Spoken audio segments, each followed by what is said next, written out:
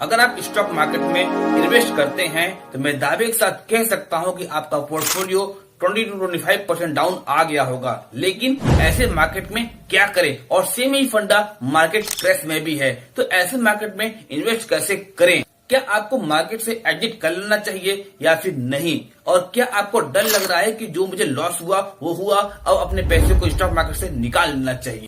तो देखिए, 2025 में हम 3 पॉइंट इन्वेस्टिंग स्ट्रेटजी को फॉलो कर सकते हैं जो हम डिस्कस करने वाले हैं। लेकिन वीडियो को पूरा देखें क्योंकि इस टॉपिक पर काफी ज्यादा रिसर्च एंड एनालिसिस किया गया है। तो अगर हम मार्केट एनालिसिस करें 52 वीक में या फिर पिछले 1 ईयर में, तो निफ्टी 100 इंडेक्स जो लार्ज कैप इंडेक्स है वो 20% डाउन आ गया है। मिड कैप 150 इंडेक्स करीब 20% डाउन आ गया है और निफ्टी स्मॉल कैप 250 इंडेक्स करीब 25% डाउन आ गया है। इसका मतलब हर जगह लॉस हुआ है।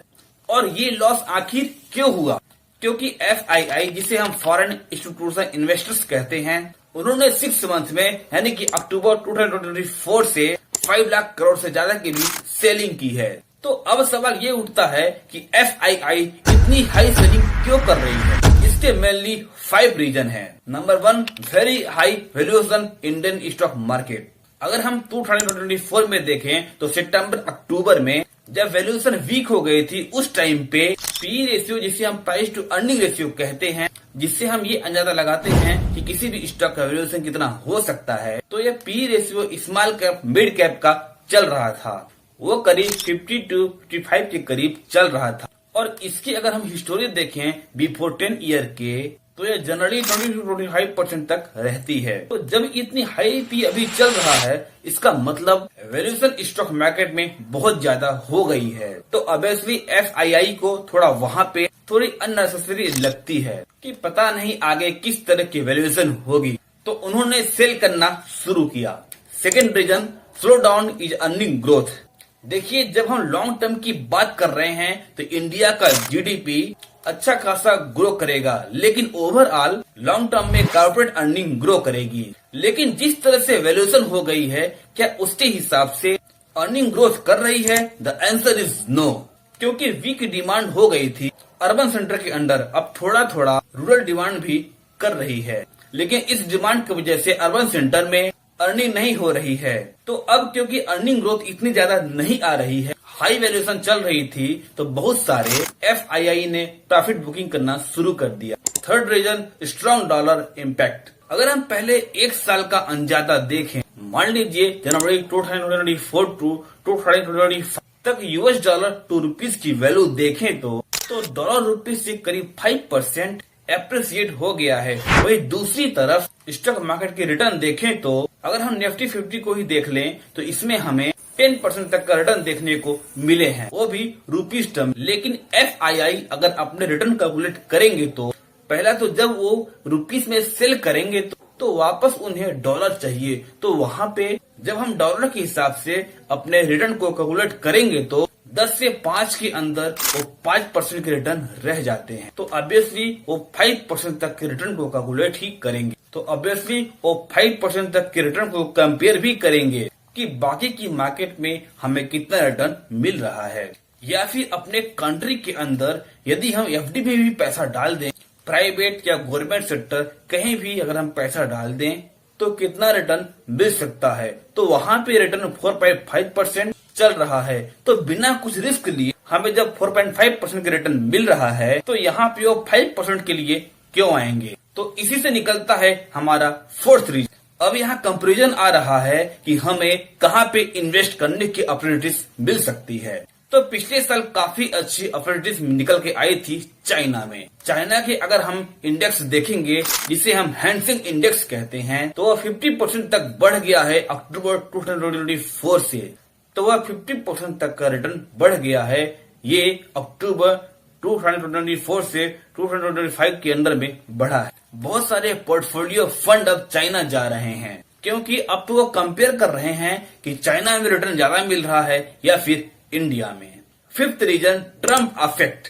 अब जैसे ही ट्रम्प ने इलेक्शन जीता तो काफी ज्यादा ग्लोबल मार्केट के अंडर अननेसेसरी आ गई।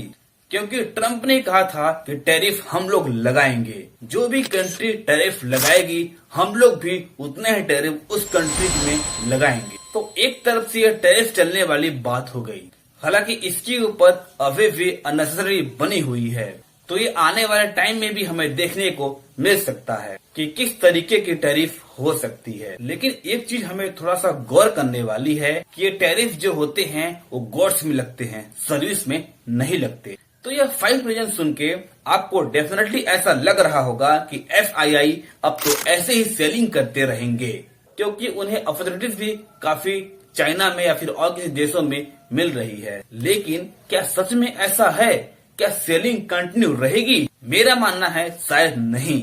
और ये कब होगा ऐसा, कब FII सेलिंग करना बंद कर देंगे, ये कहना मुश्किल है।